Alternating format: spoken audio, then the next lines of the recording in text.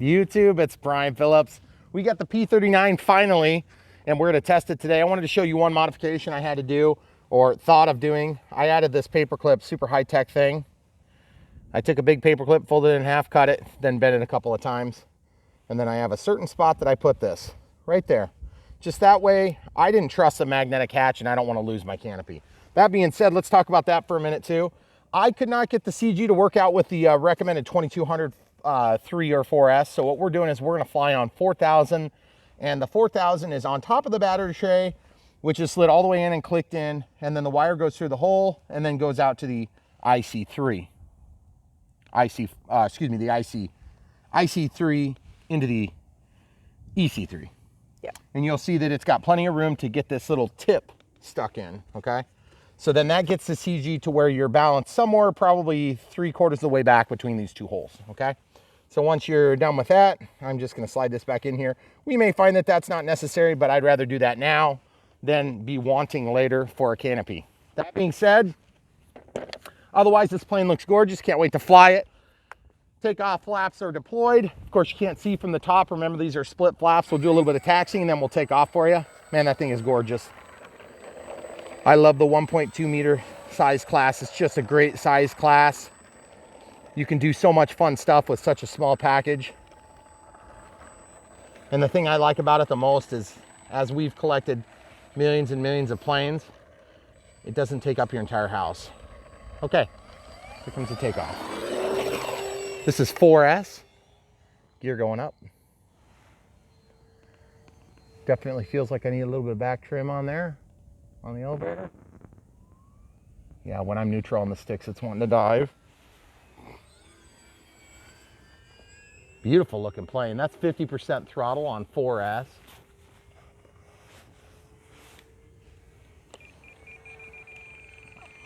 There we go. Tracking pretty clear, pretty straight. I think I got a little bit too much on the elevator. Okay, so about 50% throttle. Letting her go straight. Oh yeah, she looks good now. Out of the throttle.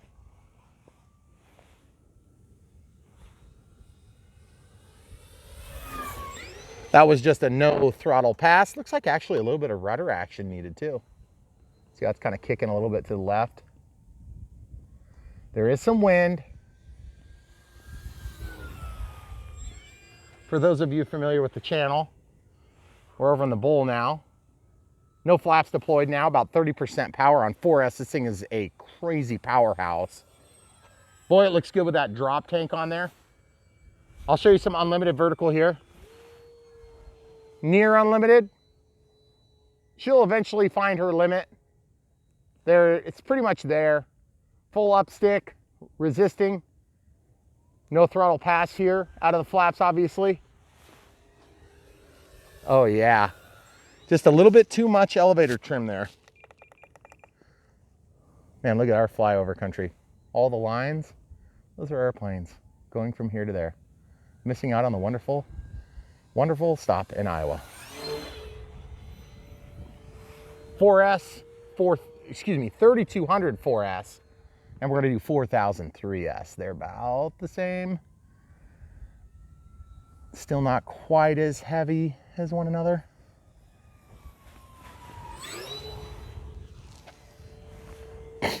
On 4S, she's really gets around good though. Okay, so let's do some takeoff flaps here. We're gonna go down the runway. Wind's coming at our back right now. Camera crew and I. Full landing flaps. She'll slow down nicely. She does well with the wind. I wouldn't say that it's anything out of the ordinary for this 1.2 meter Warbird class. The difference is, of course, the retractable nose wheel, which makes for a little bit more complicated plane. Beautiful high-speed pass there with the wind, of course. Full speed pass into the wind. A little knife edge for presentation. We're staying in the full throttle here just to show you how it does. Smart packs are awesome. Still full throttle. Haven't even let off at all. Still full throttle. Haven't even let off at all. Still full throttle. Haven't let out at all. Haven't lost the canopy yet either. That's nice. Full landing flaps coming in. A little bit of rudder, a little bit of aileron. Boy, that thing is responsive as heck. Yeah, it is. Sorry, I got a little bit closer than I meant there, camera crew. Oh, that's good. Okay. We have a 4-minute flight timer, but I'm just realizing I might have accidentally throttled early. Nope, I got a 20-something seconds. Boy, that looks good up against the clouds. Excuse me, the lack thereof, the blue. Oh, the eagle, it's back. Okay, here we go. Here we go. Check this out. Oh. Oh, that eagle is huge. Oh my goodness. 8. Oh, that is Oh my so gosh. cool. Take off flaps. Okay, here we go. I'm not gonna mess with it. I just wanna give you scope of size. This is a 1.2 meter plane. That bird is twice as big. Yeah. Easily. He's pissed at me though right now, or she. She's like, get out of my territory. This is my hunting area. Okay, so now we're gonna be doing almost dead stick. Go over to the corner, please. Thanks, hon. All right, wherever you need to be. Gear coming out. Take off flaps, using the rudder to slow it down a little bit extra. Landing flaps coming down. Got a little bit of a crosswind here. Whoa! She'll do grass landings just fine. Awesome. Okay, out of the flaps. Okay, so what we're gonna do is we're gonna see if we can take off again. You good where you are? Yeah. Take off flaps deployed, full throttle, and she rolls quick. Look at that. Yeah. Out of the gear, going right back into a final. Okay? Take off flaps in, no rudder, just going neutral. I wanna get here this time. Full landing flaps and gear. A little bit of throttle. Woo! I was getting pushed. I don't know if you could tell the wind was pushing me there. I love the nose gear for grass ops. Oh, the gear looks so good. So good. That's 70% throttle. We obviously have more than 4 minutes of flight time on this thing. Take off flaps, gear coming down. Ooh, wind's dead. Wind's dead. Here we go. Oh, yes. I can tell you one thing about this plane, folks. If you're flying it like I am, I almost wonder if they gave us a little bit of a sloppy CG point. Okay, I went off the edge. We'll pause it. Okay.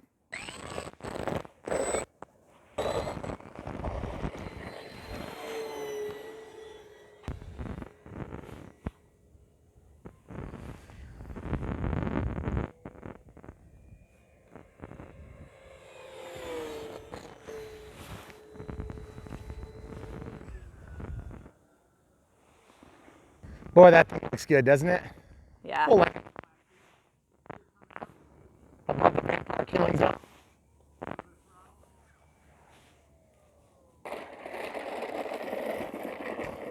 Okay, so I was saying when I got distracted by wanting to fly this some more about the sloppy CG mark. Oh, yeah.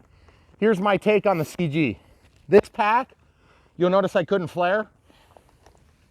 That's because I bet the CG is actually technically a little bit further back. Or excuse me, we don't need as big a battery. So right now we're flying a little bit nose heavy, which helps with stability. But what it doesn't help with, oh, look, we got a string.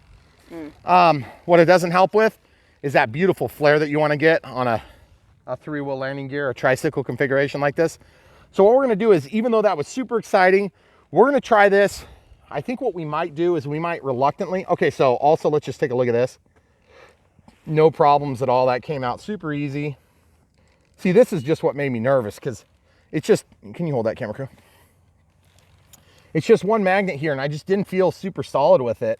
So I just came up with this at the very last second and it's been working really good. It's just literally in the foam. It's literally just stuck in the foam. It's nothing. Now, if you knew for sure you were going to leave this in there forever, you could actually slide it in with CA and then pull it out right away and let the CA dry. Foam safe, even though you could probably use non-foam safe with this EPO. What that'll do is it'll line the holes. Oh. But I'm actually just probably going to be careful with it because, you know. So this here is 4,000, excuse me. I'll show you how this goes in and out. We'll go ahead and unplug the battery. Okay, so it's unplugged.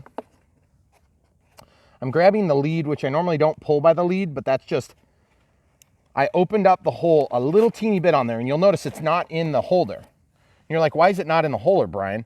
Well, okay, I'm gonna show you this right now, because this is really helpful, or it will be.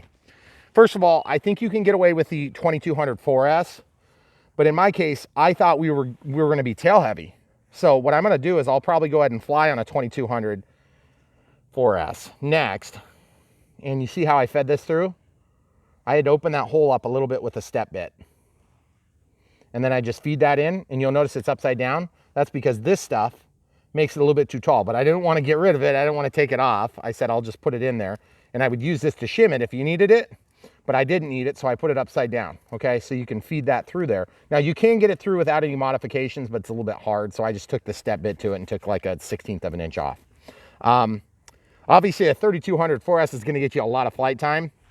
I'd like to fly on the 4000 3S and just see how we look. And then maybe if we still have time, we'll go ahead and do a 2200 4S and see how it flares. That being said, we'll pause it and show you the difference in weight real quick.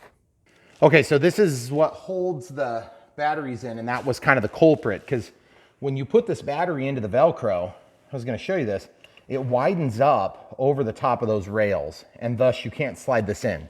It basically breaks the little keeper tabs off, okay? So that's why we did that. Now, secondarily, if you're using a 2200 4S, it'll work because it's narrower this way. Now, on this, you can probably put it tall or short, but on this, if you put it in tall, it hits the canopy and prevents it from going in. So you'd have to shave. If you knew you were gonna do it all the time, you could do that. So that being said, let's look at the difference in weight. Okay, so we're gonna go into grams. This is a battery we actually used. I wanna get that lead off of the ground. 325 grams compared to 4000 3S, 287. Look at this. Whoops. Look at that.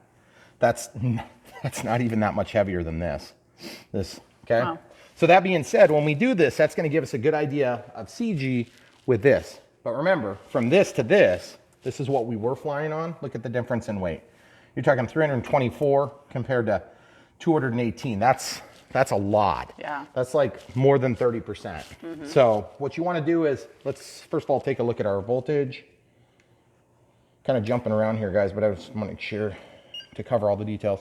26%, so that's probably about right. So, so 6 minutes gets you right to, 6 minutes gets you right to storage voltage, mm-hmm. or right around there. And I would say that's about 6 minutes. And while I was going to recover the plane, the mailman came, so we had to pause for a second. Mm-hmm. But then on this, and I started from 97% charge on this because we had some stuff we were getting ready on the runway. We had some mud we had to clear off. Then this, we're gonna start from, this is gonna be a 4000 3S, is right at 100%, okay? So I would say 6 minutes is totally safe on a 3200. This is an even bigger pack, it's 4000 per cell, but we're gonna have a little bit less punch with it. And honestly, I felt like with that much power, it's almost just too much, okay? So this being lighter is kind of exciting to me because I feel like it's gonna be the happy medium. We're still gonna be able to get that flare on landing so you can put the mains down instead of touching the nose gear at the same time. Because I felt like the landings were there, but it was really rough and there wasn't anything I could do about it. I had the full elevator input on there. I could maybe try to get to overdrive the flaps a little bit so it would balloon a little bit more, but I don't like having to force that because no matter what you do, the pendulum effect is gonna pull that nose wheel into the ground. You're gonna break it. So we're gonna start with this and then we're gonna close out with this. So 4000 3S pushed all the way forward to the firewall, and I'm gonna hold my finger on the dots.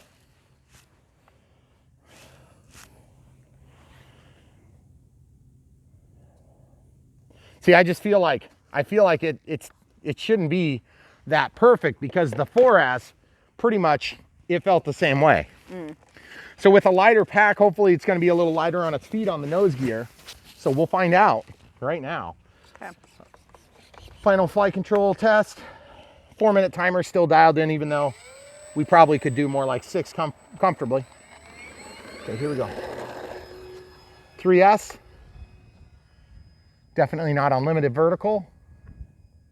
Pretty close though. I mean, not pretty close. On 4S it was pretty close. There's your 3S. See, I would say that's really pretty close to scale performance there.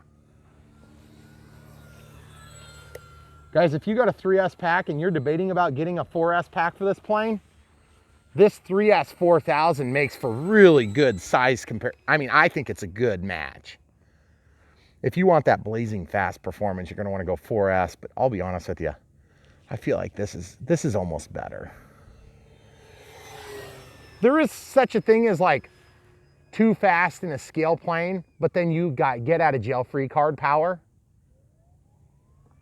Full throttle.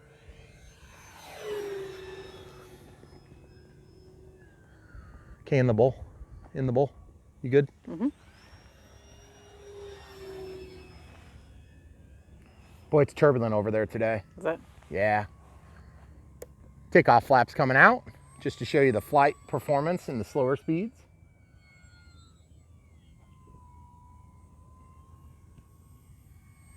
Using the rudder to keep that nose over. Just too much downdraft off the side of the house there today. Can't make it look cool. A little bit of contrary rudder and ailerons for a nice knife edge there. Of course, I'm kind of cheating because I have to put a little elevator to it. Beautiful. I'm going to try to get away from the sky there. Can you go up to your corner, please? Thanks. Then I know where you are. Thanks.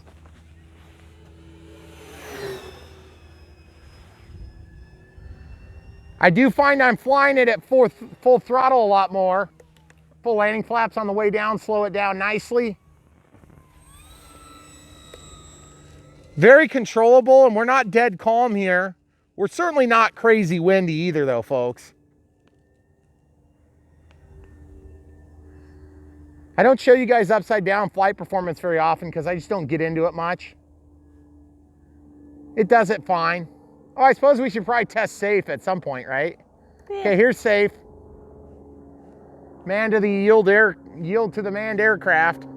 Geez, that guy's low too. What the heck? Yeah, he is. Why is he so low? He's like 1,500 feet. So safe, as you can see, just kind of giving it some, there's pretty good limited bank angles there. You can really get it tipped over nicely. 50% throttle here on 3S. Coordinating turns is sort of a joke with safe on you because you have to give it so much input, but you can still make it look good.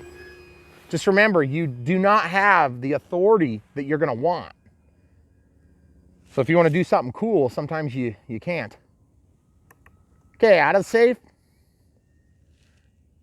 I feel like I'm sucking the life out of this battery today. It is cold.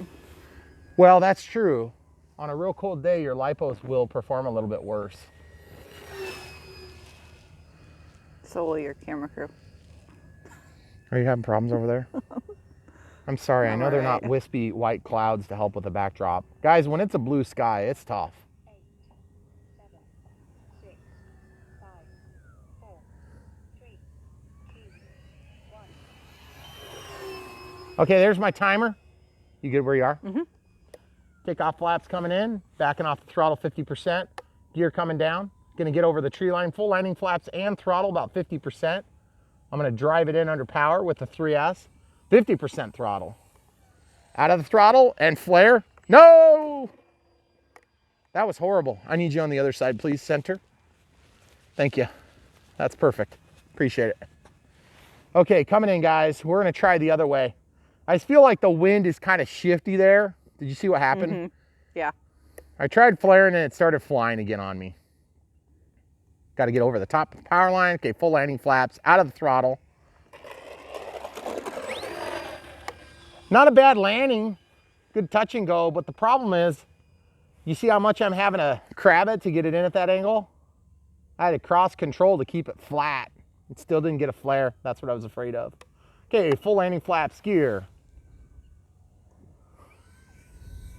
Let's try, dang it.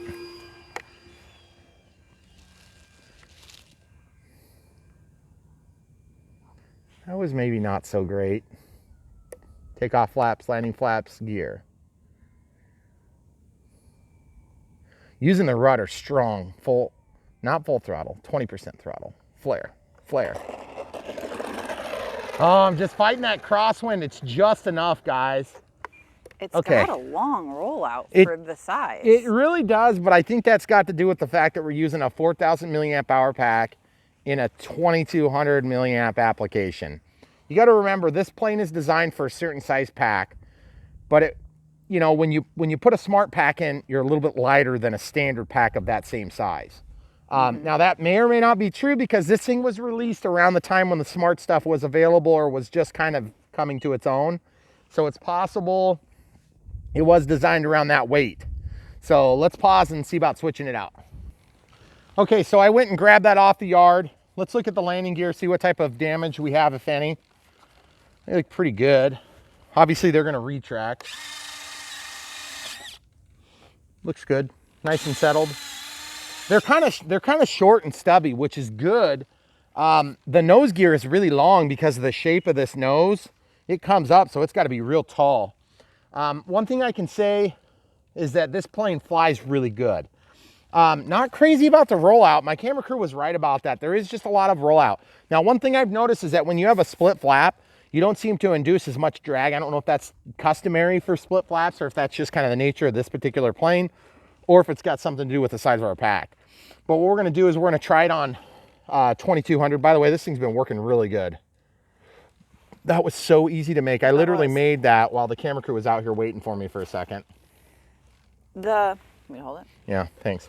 It did handle the grass okay though. Yeah, it did fine in it. If you That's what you've got. if you want to try to land this thing in grass, it's not going to be your worst enemy. Now, we don't have a super smooth strip on the grass. Right. So that's one thing for you to keep in mind. If you guys are going to be doing it off of a grass strip that's really well manicured, you're going to have no problem. Are you testing that battery? I'm going to take it out and then we'll test it if that's all right. But as you can see, it's kind of a challenge to get them out because that's not the way they're designed, okay? See, I've got that down, which makes it a little bit more challenging. If that was up, you'd be better off. But the thing is then, if you know you're going to do that 100% of the time, then you can take these Velcros off. Of course, you'd take the Velcros off because they'd go back in. Guys, the sun exposure is going to make this near impossible, so we'll try. Okay, so smart. Oh, wow. 3.8. We're at 48%. So quite a bit more power, less dinking around there too. So Yeah. I would say that, yeah, we're 438 past our 4. So I would say 6 to 7 minutes is totally, you know, very conservative on those sizes of packs.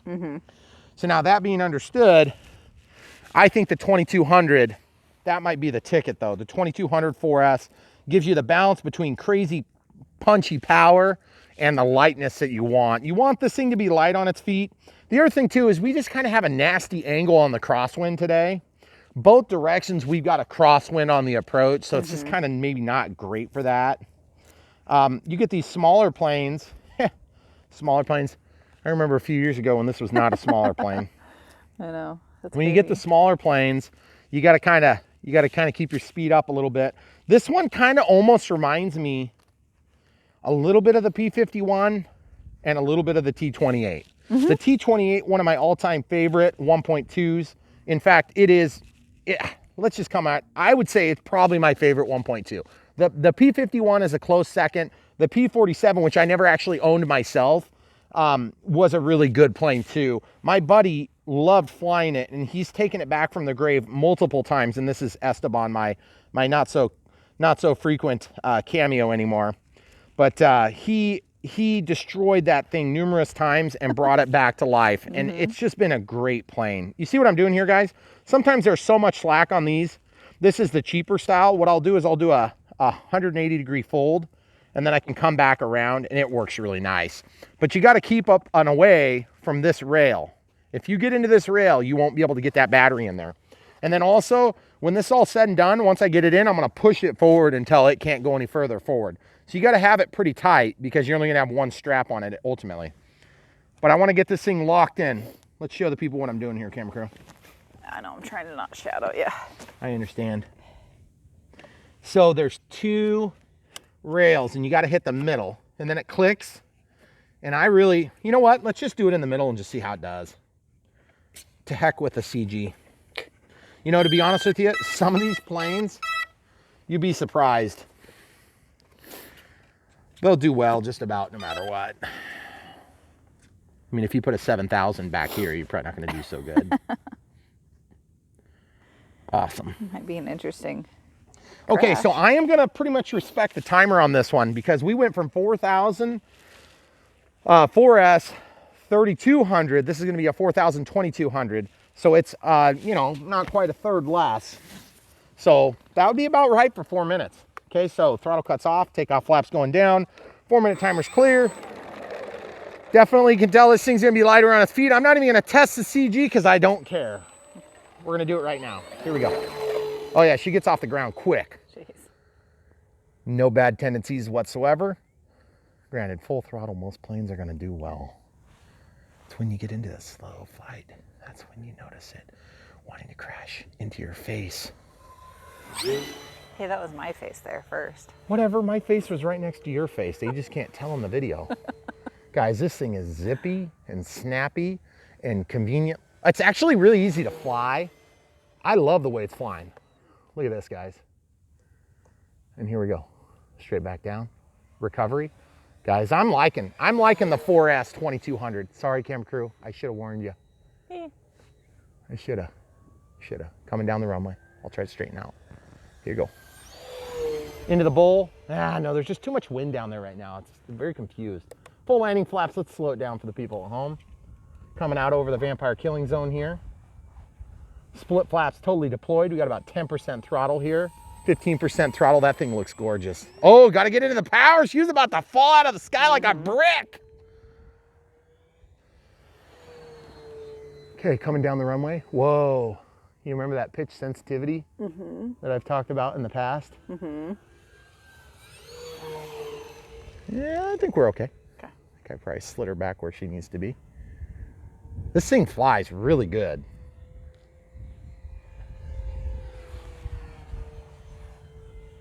Trying to do a slow lumbering roll, then a tight turn, full landing flaps and gear. Let's try for a touch and go. We got the wind going straight down the runway right now.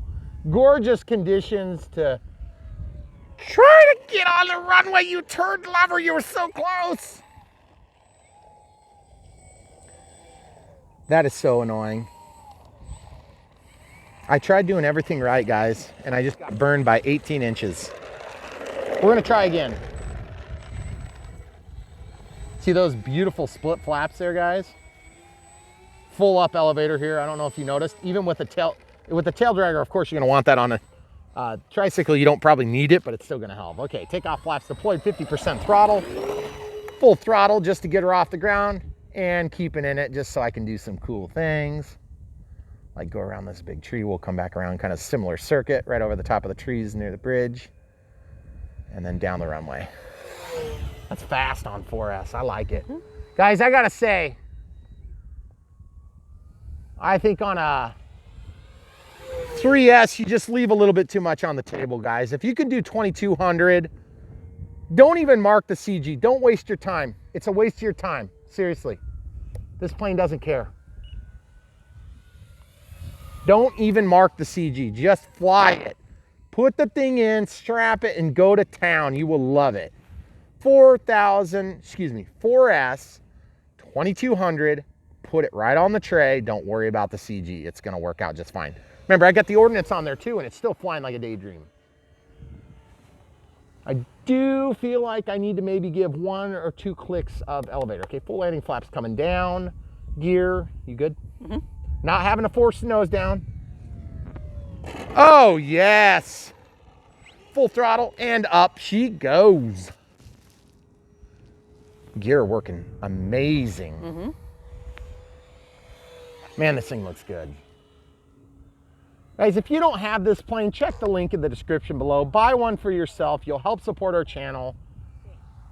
5, 4, 3, 2, 1. You know what's interesting about this plane too, guys? Yeah, rollout's way more conventional now, isn't it, camera crew? Okay, let's do some taxiing in the grass for the people because I'm gonna have to turn around anyway. I'm still impressed with the grass handling for the size. I still want to get on the runway because it's hard on everything. Yeah, I know. Okay, out of the flaps, the split flaps are beautiful. I love that you can put the one drop tank on there. I'm really tempted to go down and get some like Phoenix missiles or something like that and just really screw with it. That thing is pretty. I like the Pilot. It's a good plane. I'm pleasantly surprised with this one. Throttle cuts on. Okay, 39 seconds over the timer. And we did a lot of takeoffs and landings. Let's go ahead and just pop this pack. We'll see what kind of voltage we've got. Did you keep the I did, checker? I'm sorry. No, that's fine. I was just looking for it. It's in here somewhere. Here it is. There it is. I was just thinking about taking that thing off yesterday or this morning. So hope you guys had a Merry Christmas, if that's what you celebrate. We were having Christmas yesterday and it was awesome. We had a good time. Family was over. I go a little stir crazy. You may have noticed, camera crew. You did? Yeah. I noticed. Oh, 24%. So Oh. that was 3.7 volts on the cells. Oh. So that ain't bad at all. Yeah. I would say, 4.5 minutes is safe. I would set your timer for 4 and just, get it down to the ground when you hear the alarm and you'll be golden, because I was not being nice to that. If you were doing scale flying, there's no reason you can't go with a 3000 3S. You're going to have to do all that crap to the battery tray. But here's the thing, guys. You see these marks? Don't do it. Just don't even mark your plane. It's a waste of time. Get a 2200 4S. They run these things for a pretty good value. And if you haven't experienced the smart technology, seriously, do it. You can charge these on your old regular conventional chargers, provided you have your adapters for the right ends and things like this. Of course, you could always just change the end, but then you're going to lose your smart lead. So I would not recommend that part. That being said, I have been really, really, really happy with these. They have worked well. We have had, I think we've thrown one away, and that's because I had an old plane I was flying for a buddy and I ripped the front end off and crashed. And then we had another one we crashed. So maybe 2 we've thrown away out of all this time, but that was just because of crashes. We haven't had one that's puffed more than, and I say more than because it was in a jet and we beat the heck out of it. It was like 100% throttle for the full flight for 4 minutes. And it puffed just, I'd say maybe 3-4%. So the thing is, like, if you heli guys get this, but in airplane world, we don't just jam the throttle the whole time. I mean, unless you're flying a jet, and then you might. But the thing is, these packs have held up better than any packs I've had in the past. I have never discharged a battery. Never. That's why they all suck. But anyway, we're in good shape. These things are great. They take care of us because they protect us from that fire hazard and things like that, because they keep the chemistry good. Without further ado, I don't mean to make this sound like a smart commercial, I promise. I'm just trying to convey to you that I was wrong when I initially came out and said that they suck. Because, I call them, what did I call them? Stupid packs or something like that? Because they're more expensive. Yeah, something like that. There's a reason they're more expensive, which, I knew that at the time. I just wasn't willing to make the investment. And now that I've done some of that, this is the way to go. They are so much better. And not incrementally. They are like A lot better. Yeah. And to be honest with you, as many planes as we review, we just don't have time to babysit packs. Now, if you have 5 or 6 packs, no big deal. Just charge them before you go, which is like, yeah, right. I can't charge before I go because I don't have time and I get to walk out the door and fly. Some of you guys got to pack up a car and you got to get them all in the back of the truck or whatever it is you're doing to get them to the flight field. That time commitment's huge.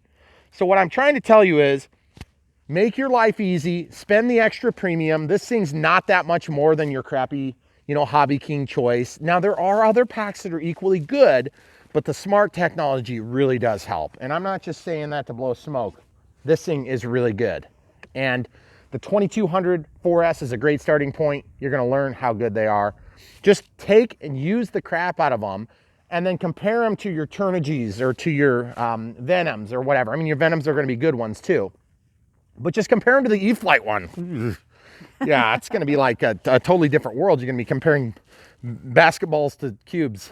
So that being said, Smart Pack is the way to go. Spectrum has done a great job on these things. Of all the things that I gripe about in the RC community, and we all do, because there's a lot of things that we kind of have high expectations and, it's our hobby. It's the thing we love doing. The battery should not be a factor. It should just be like, buy it and it worky. And, that's the way it should be. You crash a plane, you destroy a battery, no big deal. Nobody's been out of shape. But the thing is, you don't want the battery to be the determining factor. And I can tell you this, in this hobby, it's a factor. So do yourself a favor. Spend the extra 30%, the extra 15% on some, the extra 50% on others, and just get the better battery. You're going to thank me, okay? That being said, spiel over. Buy the stuff from our links if you want to help support the channel. We really appreciate you guys. We wouldn't have the channel if it weren't for you. NX6 has been great so far. Only thing I'm going to tell you is this. This came up in a comment the other day, and I want to remind you about it. Somebody was asking me, hey, do I get the NX6 or do I wait and get the NX8 and back order it? Okay, that's a loaded question because I'm kind of in that same spot right now. The NX8 is going to give you the capability for doing your reverse thrust on a couple of different recent planes, the Ultimate 3D, the Night Timber X, the Timber Extreme, which if you guys are buying the Timber X, why don't you just buy the Night Timber X and get the lights? But anyway, that's just my 2 cents. That being said, if you never do night flying, who cares, right? Reverse thrust has to be activated by one of those high channels. The other thing too that you're gonna get with the 8 or 10 would be some of the higher channels so you can do more gain controls like gain on the sliders if you're doing forward programming. So you need to keep that in mind. Also, and I can't talk about it, mostly because I don't know yet, but there's gonna be things coming down the pike and these things are gonna need more channels. I'm just saying. So right now, most of your binding flies are gonna be flyable with this because it is not a 6-channel DSMX. This is a 7-channel. Come on, Horizon. Come on, man. 7. Anyway, so the 7 channels that you get on this are suitable for flaps and retracts and safe select on and off, okay? Anything else you want to say on that? No, not on that one. This plane is cool. Yeah. Definitely consider it. Very easy build. Obviously, we're going to put that at the end of the video because, you know, not everybody wants to watch that. You guys aren't, you know, I had a couple of guys busting our balls about doing long videos. What do you want me to do, people? If I make it too short, then the people that want that stuff can't see it. If I make it too long, then the people that want it short complain.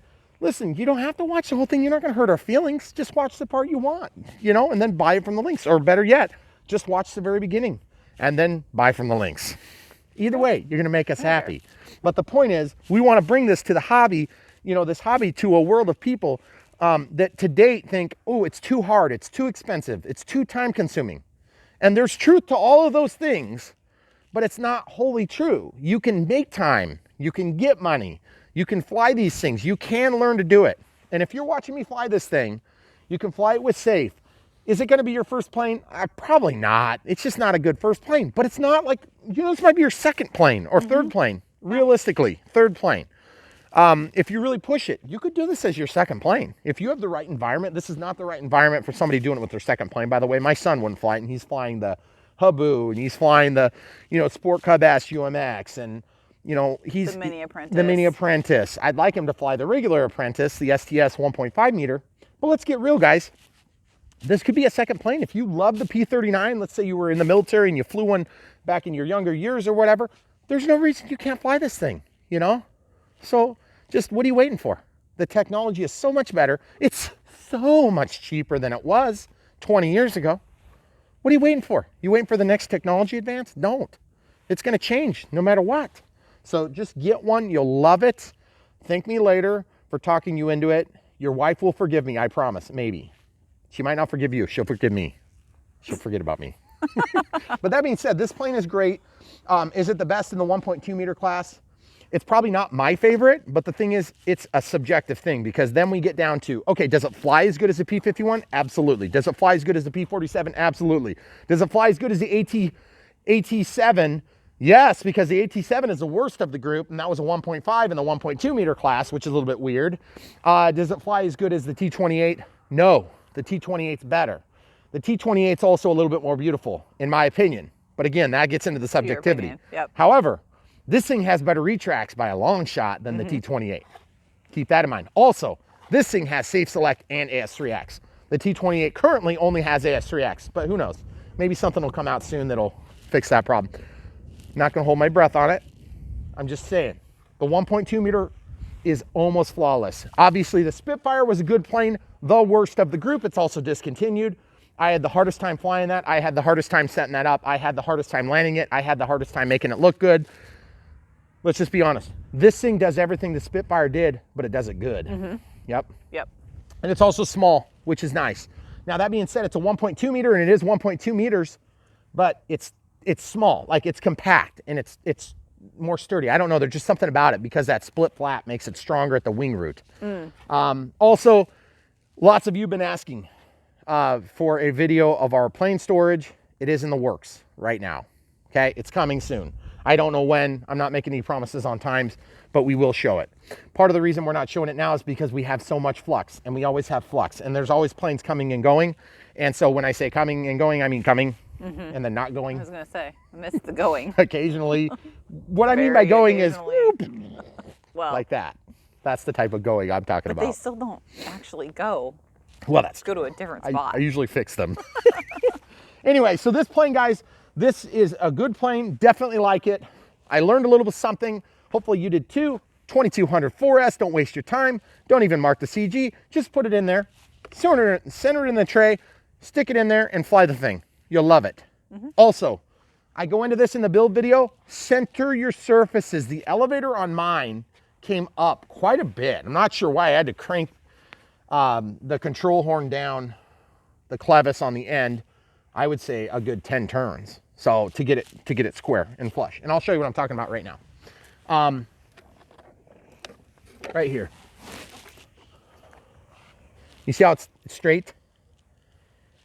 It's in line with the horizontal stabilizer. Do that to yours.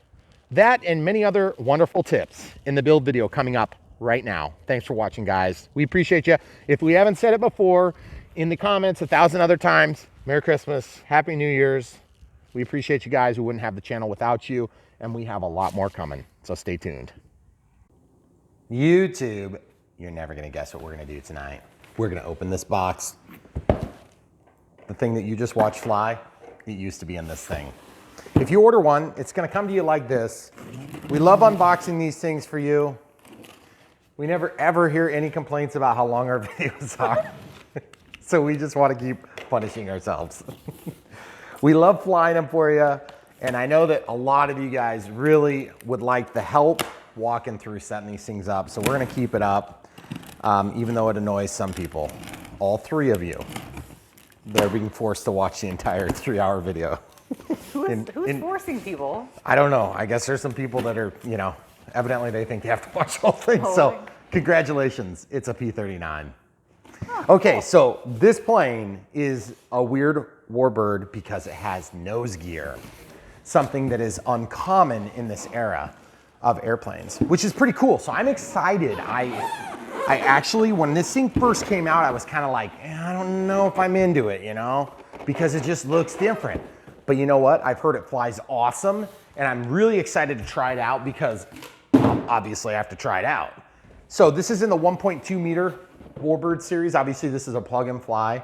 They're suggesting it's a skill level 2. I don't know why that is. It's a 4S compatible, just like the other ones in this size class. Looks like it comes with a couple of drop tanks. It's got, it looks like split flaps. Okay. That looks cool. Oh no, those aren't split flaps. They're just regular flaps. No, they're split flaps. See, split flaps. Does that not look superimposed? Yes, It looks superimposed. it does. Why did they superimpose it? I don't know. We're gonna find out. We're gonna find out if it's real. It's been like less than a Took minute. 10 seconds for the cats to find their way into our business. Okay, so without further ado, we are opening it up now. We're hoping it flew well, and you guys get to see it before we even know, so it's always like, we never know exactly what we're getting into, but you've already seen it, so. I have a question. Yes. What's a skill level 1? A skill level 1? I don't know, like a Sport Cub S, That's UMX. what I'm wondering. Because I don't think, I can't even think of one. That was probably the easiest opening I've was. ever had with a Verizon product. I didn't have to fight it.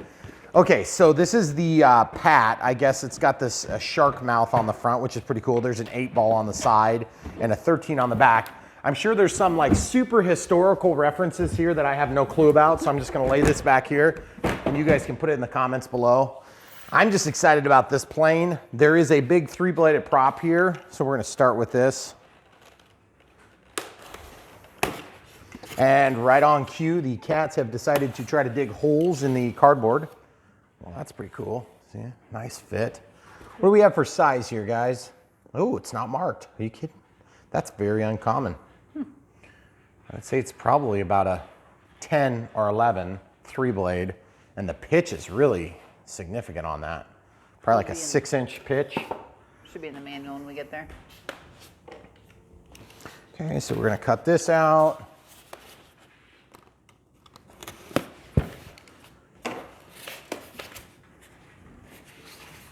Okay.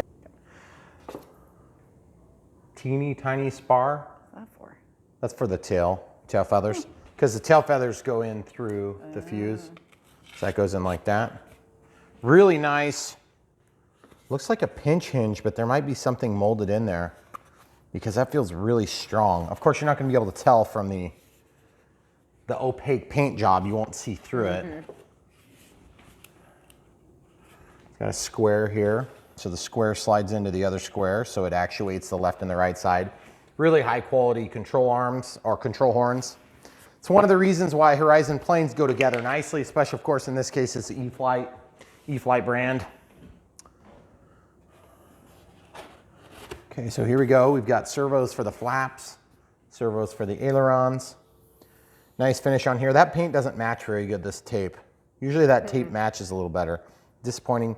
Nice, beautiful, detailed landing gear wheels. Beautiful doors. The doors are a tight fit. That's going to be a problem if these gear aren't sturdy. Oh, wow. That's really pretty. Really like the way that looks. The finish is good. It's not as smooth as some that they've come out with, but it's definitely got that nice, it's got a sheen to it, but it's not like ugly sheen. I do like this clear piece. That's cool. Because then you know if there's a problem, but you can still get to it by unscrewing. By unscrewing this cover, you can access that. Nice. Very good call, Horizon. I like that a lot. Those aren't actually lights, those are are they? No, those are inlets. Oh. There's not any marker lights on this one. Nope, no marker lights. Got that set dihedral in there. It's a pretty good amount of dihedral too. So I'm excited to see how the landing gear go. Okay, so just pulling this little spacer out. Horizon does a really nice job of their packaging. Always keeps the plane safe. I think I've had one plane with very minor damage out of all the planes from Horizon. Foam to protect the foam. Always goes together super smooth. They're always some of our shortest builds. So the camera crew loves that. I hate it when people fold documents. Do not fold. I don't mind if they're taped on in a bag. That's perfectly fine. Okay, so getting back to it, very good manuals. Some of the best manuals in the industry come from e-flite. Looks like there's a manual addendum, included motor, incorrectly states 32 and 46. Okay, so it's an 850 kV, not an 880 kV. Oh, okay. You're never gonna get that from a Chinese manufacturer, I can tell you that. Nope. In fact, we even had an FMS the other day that said, no, it wasn't FMS. Who was that? There was 2 different markings on the same box. On the front of the box, it said 2 different motor sizes. 2 different things. And it was on the same box. And I'm like, this is ridiculous. Like, which one is it? Yeah. So I don't know. I don't think, was that FMS? I don't think so, but I can't remember. Nice drop tank.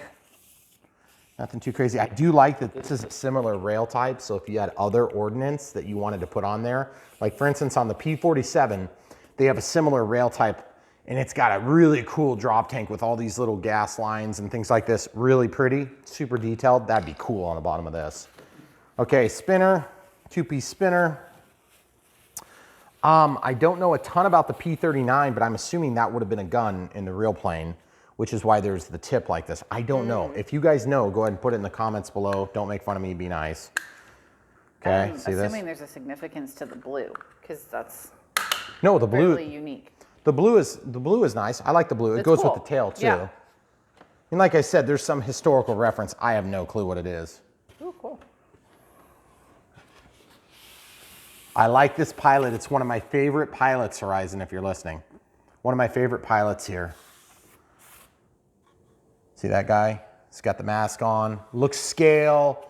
Looks good for the age of the airplane. Okay, so this is an EFLM 4115 brushless outrunner. It's a BL15, which is the same one they use in like all the 1.2 meters, I think.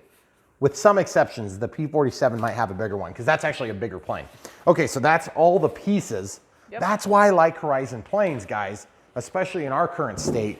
When you get a plane and it's got 1, 2, 3, 4, 5, technically, 6, 7, 8, 9 pieces. I mean, the addendum makes it 10.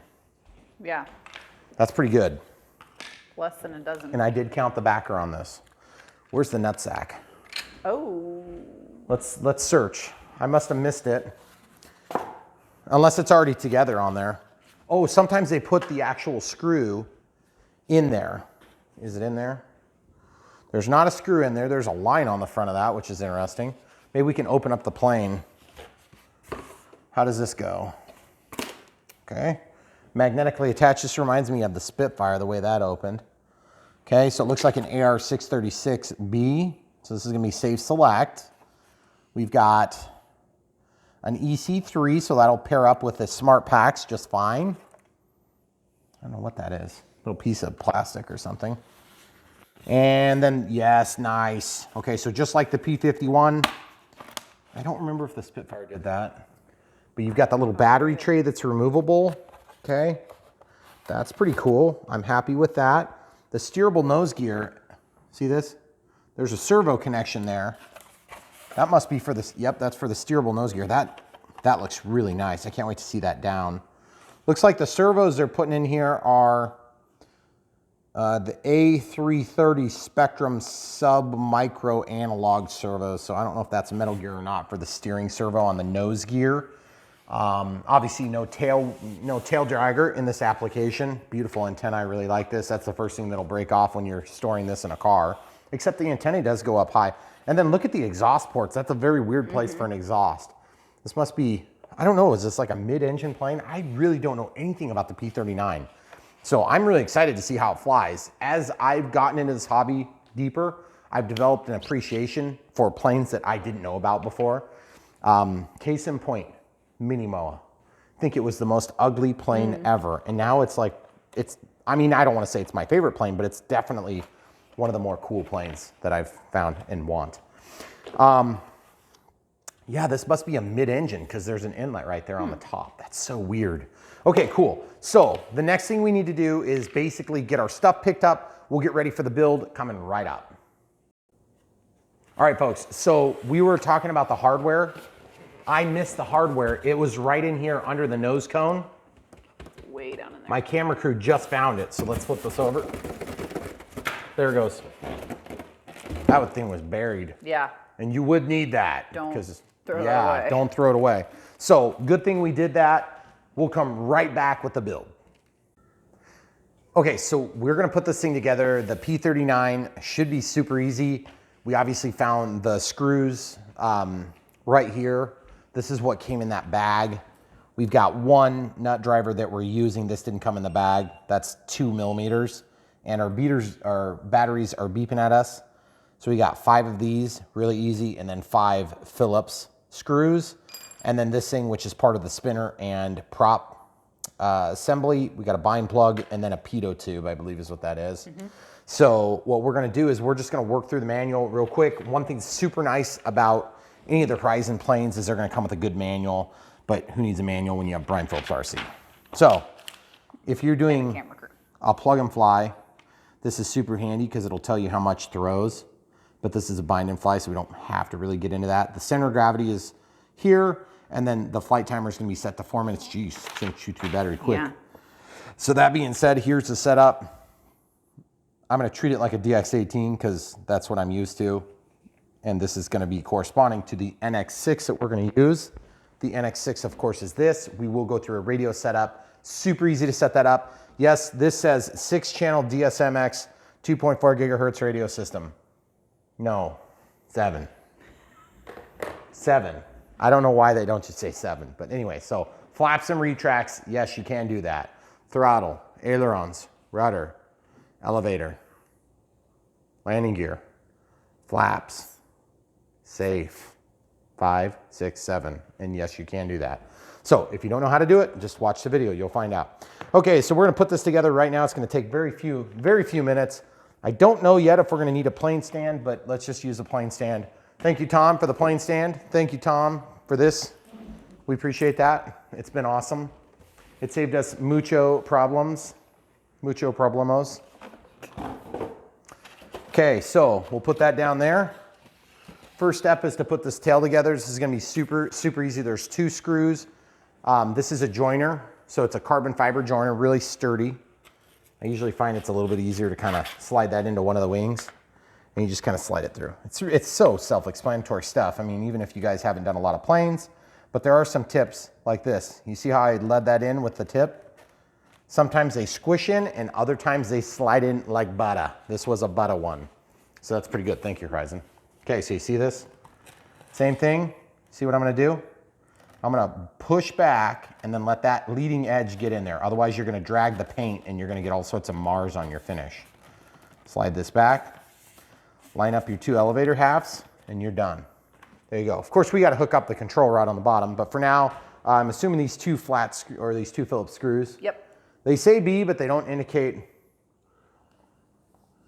2 included screws. So there's 2 of these. So obviously we've got to join the wing on there. There's 4 holes on that wing. So I'm assuming that's where the 4 are going to go. And then these are 2, of course, they're black. They are not green, but that's okay. You're not going to be able to see them. And you said 5 when you were going through the counts. There should only be 2 little black screws. 1, 2. There's 2. 5 of the other ones. That's right. Yeah. said So 5 that's total. tight. 1, 2, 3, 4. Yeah. There's only 4. Oops. See how that walked off to the side? That means you might not have the wing all the way in, okay? So I just pushed, it went right over. Okay, tight. So if you need to take this plane apart, I mean, I'm not gonna do that, but if you need to for storage reasons, then, and by the way, speaking of storage reasons, I've had a lot of people asking me to show our storage, okay? I'm not saying no, I'm just saying it's kind of going through upheaval right now. Let's put it that way. Right now. Which is good and long overdue. Yes. So here we go. We need room for new stuff, okay? So you see how there's a plug there? And you see normally you would like lock in the nose and roll it back, or you would like in the tail and then screw it down. These ones are a little bit different. You just go straight down and they plug in, okay? So I'm gonna find that.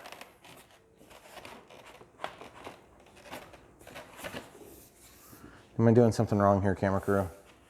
I don't think so. I don't think I am.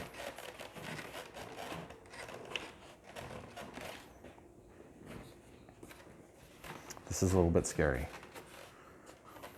Because if they don't line up, you're gonna have a hard time telling. This is gonna be so easy to get around with because it's so small. I know. Oh man, it's blocked really bad when you get ready to line it up. There's just like nowhere to see. You just got to do it by feel. And I don't want to ram it in. I want to make sure I find the hole and gently nudge it in. Yeah. I mean, you might have to ram at the end, but. Well, yeah, that's true. Once you get it started, then you can ram it all the way in, get full penetration, but. Can you rock it side to side a little bit? I don't know what I'm doing wrong. I know. I mean, it's not, maybe the wing goes like this. That's totally the problem.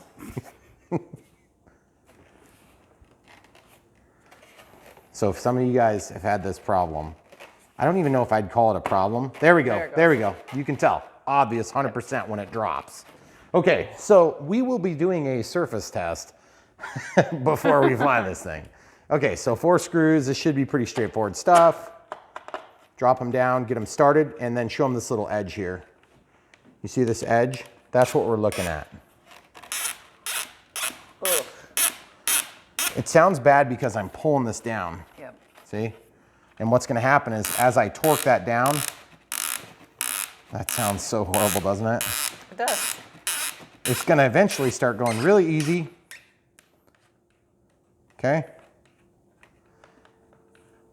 And then that nut zert is actually gonna start pulling the wing down.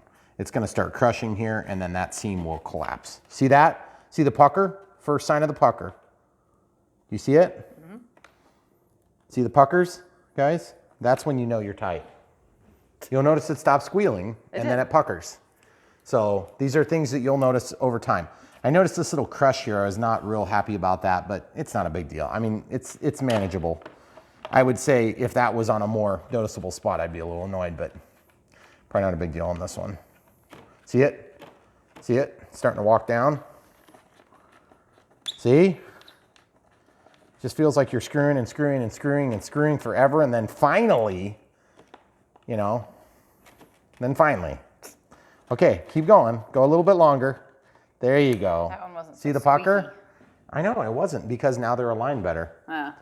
So the moral of the story is this plane is going to be an easy assembly. Yes. Very easy. And I am excited to see this thing fly because I love my T-28. It's one of my favorite. It's one of my favorite 1.2 meter warbirds. That's a plane that I was not at all excited about, but I actually really like. I'm actually excited for this right now because the skies are like super Yes. white and gray and gloomy and crappy. I am currently, as I turn, I'm watching that flap surface up against the surface next to it. And I'm watching them come slowly into alignment. And I'm looking at the pucker. And I'm looking at this and I'm looking at the pucker. Because you're just screwing and screwing and screwing and just getting good penetration. And you're like, when is this ever going to end? When your puckers start to hit all the sides on this one, that's about the time where this stuff lined up for us. Okay? So when I'm done with this, we are obviously going to actuate the flaps. It does look like those are split flaps. Mm-hmm. Definitely. But it's weird because usually split flaps are just a flat piece of plastic. These are foam. So I'm actually pretty excited to see what they look like. Like I said, I don't know a lot about the P-39, so. Okay. And by the way, if you guys are wondering, dihedral, if you're looking for a first-time warbird, I don't want to make any recommendations on flight performance, but I can tell you with the dihedral, you know, it actually will probably make this thing fly really easy, like trainer-esque with a low wing. And then the tricycle, you do tend to have a little bit less issues with nosing over because you have a nose gear, but you have an alternative problem of wanting to tip like this. Mm-hmm. Well, the thing is there's no ordnance to catch the ground like on the F-18 or the F-16 or any of the effing birds. Okay, so the pucker's good. I feel like we have good penetration. We have almost perfect alignment here. It's a little bit high, well, low in this case. See that little bump up? Mm-hmm. So not sure if that's gonna come back to pay dividends later. But look how nice that size is, guys. 1200 millimeter planes are one of my favorite size classes. If you can get a good flying 1200 millimeter, it's just a great place to be starting. If you haven't gotten into the hobby yet, and you don't realize like how much easier it is to store a 1200 millimeter plane, I just want to show you this, okay? This is the 3 meter Fox, okay? You see how much room that takes? It's like nothing compared to these big planes. No.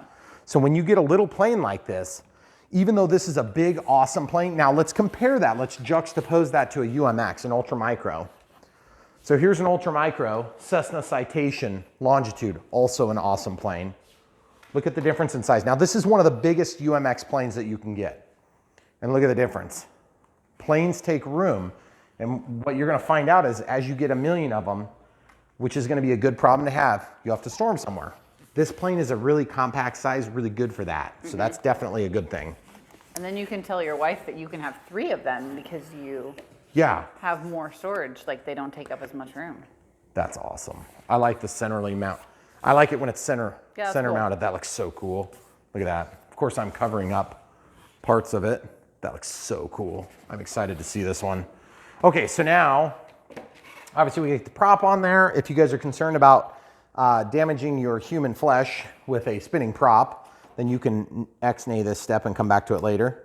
Okay, so this thing lifts out. I didn't really look in the instructions much on this one because it's just so dang easy. I thought my camera crew told me I didn't need glue for this. Did you lie to me, camera crew? There's some double-sided tape in there. Let's see what the instruction manual says. There is double. No, I did not lie. Slide the pitot tube A into slot B on the front edge of the left wing. Slide it in. Like, don't glue it with this Chinese glue from another plane. Don't do that. I mean, you're going to do that. I'm not really sure how you would have slid that in there. Really? Maybe it needed an addendum. I don't know. I'm not sure. Oh no, I glued it. Ah, dang it. This I is your cheated. camera crew addendum. You need glue. You need glue. Well, you don't need glue. need glue. I want glue. Just like I don't need this airplane, but I do need it. I want it. Right, no. Yeah. You are going to need a Q-tip if you use Chinese glue on this. Because Chinese glue and Q-tips are friends. They're like, hey, how was your day? My day was good. Got into an argument with the boss. Okay, so we're just going to get that. Glue or the Q-tip talking? Well, yeah, it was a Q-tip that got in the argument with the boss. Okay, here we go. So now there's some double-sided tape on here. Okay, so it's not coming off of there, so I'm going to just spread a little bit of Chinese joy on there. Okay, just a little bit there. Glue your tape. Well, I mean, yeah. Okay, then we're just going to let that cook off for a minute. Throw that away. Okay, while that's curing or setting up or whatever you call that, this prop is not going to go like that, okay? You have to put the backer on first. This is going to have a little bit of texture. You can see that texture like this. That texture is going to engage this little textured adapter, okay? Nice smooth finish there. Comes from the fuse right to the spinner, which is cool. Then obviously the prop is going to be turning counterclockwise. Not obviously, but it's turning counterclockwise and it's going to pull the plane forward. So we stick this on there. Okay, then we're going to obviously have to put this on because there's no way otherwise to attach the front because it has a hole in the middle which we have to put a screw through, okay? Okay, so you just screw that on. As it spins, it's going to tighten, but I'm going to obviously tighten it now by using a screwdriver to go through this hole. And there's a lot of penetration involved in this. There is. Jeez. Ugh. What? I don't know, the prop. What, the line on my hand that looks like it was snap sliced? the prop off. Nah. Really clean cuts, guys. That is really nice. That is something you don't always find on radio controlled. I mean, some of these bind and fly planes are just gorgeous. They're way better than even when I started. Oops, sorry, camera crew. See it? Yep, so that's the same as what you put on the wing. So Yep. 2mm drive for this one, little hex drive. Okay, so we'll just get that back on there. Really nice fit and finish. I'm not a big fan of the plasticky blue look, but the thing is, it's a good match with the tail color. Yeah. So that's nice. That's the important part. I always say that about these spinners, and then I get them on there and I forget about it And they're immediately. fine. Yeah. It's like, who cares? I said the same thing about the spinner on that Fox. No, Yeah. I didn't. I didn't actually say that, but No, I thought the- it. Oh. I've said it on every warbird that I've ever done that doesn't have a painted spinner. But if you have a painted spinner, it's gonna get scratched. Yeah. Okay, so that's tight. Beautiful. That is gonna be awesome. I'm really excited to see this with the tricycle Hey, configuration. don't forget your pitot tube cover thingy. Are you saying push the Chinese magic together? Yeah. Okay, so this is cooked off a little bit. So that just means the glue has had time to set up because it's a contact cement. Okay, so we'll just slide that down in there and back, and it's done. Cool. I don't know if it was supposed to go up or down. I did mine with the arrow up. See, the arrow up. Oh. Okay, so without further ado, this plane is built and we're ready for the radio setup. So we're gonna get the NX6 ready to fire up. And what we're gonna do is we're gonna use, well, we do need to mark the CG. Oh, so why don't we go ahead and mark the CG before we get any further? Oh, well, we can mark it and test it later because it says test with gear down, inverted gear down. But we can still mark it. Inverted with gear down? That's what the book says. Really? That's weird. Somebody has to read the Okay, manual. well, in that case, we're gonna test it with inverted gear down, but we're gonna mark it now. Yes. Okay, so we have to get the world's crappiest calipers. So if you guys aren't familiar with the channel, we have literally thousands of videos showcasing many, many hundreds of different aircraft. And my camera crew really loves this stuff. I mean, I'm just kind of moderately interested, but totally she's me. really interested. So this is a 3S 2200 Smart Pack. If you don't know what a Smart Pack is, it basically has a small chip inside of here. Don't ask me how I've seen them. And they balance the cells. So there's 3 cells in here. If you aren't familiar with balance charging, I've got some videos about that and I'll talk about it periodically. But there's 3 2200 milliamps or 2.2 amp hours, meaning that they discharge 2.2 amps over the course of an hour at full discharge. Then 30C speaks to the amount of current that can come out of it at a certain rate, okay? That talks about what's going through these two big wires. That's called your discharge leads. This is called your balance lead. This is what's typically used to charge a battery, but you actually charge here and then this balances. So it makes sure that each of the cells get the equal amount of charge, okay?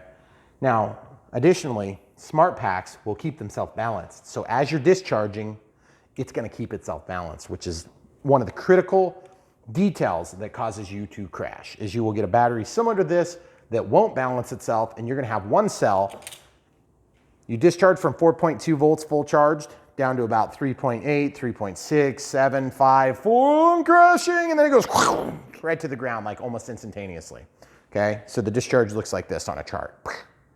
So this is a range we operate within. It's like the top 70% of the charge, or the top 30% of the overall charge, maybe 25%, depending on how far you bring it. So when you have one cell that's just persistently going to drop down, what's gonna happen is all of your cells are gonna go from, you're gonna go from 3 cells in series, that's what 3S means, to all of a sudden 2.1 cells in series, or 2.0 cells. So that means your power is going to be like, I am not enough to run the prop, but I am enough to run your servos, and then you're gonna crash. So that's why this is nice. It's gonna keep all 3 in balance. It's gonna say, what are you at 1? What are you at 2? What are you at 3? What are you at 1? What are you at 2? It's just gonna do that automatically, and you don't have to do anything. Which is really cool, because you may notice while I was charging all my smart chargers, I'm charging without actually, look at this one. I'm charging without leads, without balance leads, okay? You don't actually have to have those attached, but you do have to indicate that. Okay, so now on this one, I'll just go ahead and stop it. So this is another 2200 milliamp 3S. And then of course we are going to click onto this one, and we're gonna stop that. That's got 812 milliamp hours that were forced into it. It's at 4.16, 12. So this is a 4S. You can see there's not a big difference in size, but if I were to put this up against a non-smart pack, you'd be amazed how much bigger they are. These things are probably like 20 to 30% smaller, and they pack more punch. And you'll just have to try it to believe me. Because, I mean, you can watch me do it, but doing it yourself will be way more exciting. Mm-hmm. That being said, we have kind of wholeheartedly gone into the smart packs because they've been really good. Also, smart chargers, if you don't know anything about them, you do not need a smart charger to charge a smart battery. That's to be 100% clear. You can charge them with your old trusty balance leads plugged into your old trusty balance charger. I would, however, recommend these. They're very good, and they're economically similar in price. The batteries, however, are a little bit more expensive. Sometimes you're gonna be about 20% more, sometimes you're gonna be about triple, depending on how robust you go. Because you can't even get 100C 4S 2200 in other varieties that I know of. You also can't get a 50C frequently, but you can find them. So 30C is kind of like a run-of-the-mill sort of size. When you get them from Spectrum, they're legit 30C. When you get them from some other brands that will be left unnamed, 30C means 10C. So anyway, that being said, these are the 2 different size classes that we're gonna use for this. We're gonna Maiden this plane with both sizes. You've probably already seen both. The same is true with the balance chip in this, compared to this is smart chip, whatever you wanna call it. The little board that keeps everything balanced. And then when you get up to the really big packs that have 6 cells and so on and so forth, those are really handy. And it makes a big difference because you can really use up all the pack before you have problems. Okay, so that being said, we were talking about CG, and the reason I brought the battery over here is because we talked about this battery tray earlier. And that's one of the really nice things about these planes that come with these battery trays. These are a high quality Velcro, it's the thicker kind. It's not the nicest kind, but this is really nice. Feel that? It's the nicer ones. Yeah. It's strong, so you can actually pull on it. Yep. So obviously when you put your batteries in here, you're gonna wanna get your batteries in there so that you can position them where you think they're gonna need to be, and then you move them either further in or further out on the tray, but the tray clicks into a place, okay?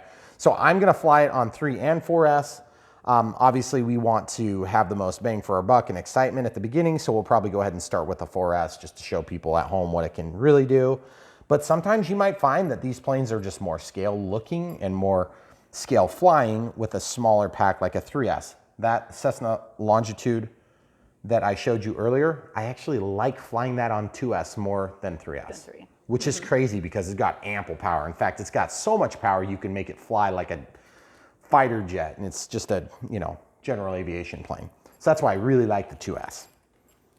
So once you get that battery in there, I don't have it in very good because it's allowed to slip a lot. But what I can do is I can slide this in here and just kind of get it roughly in place. We haven't bound anything, but we have to put the gear down.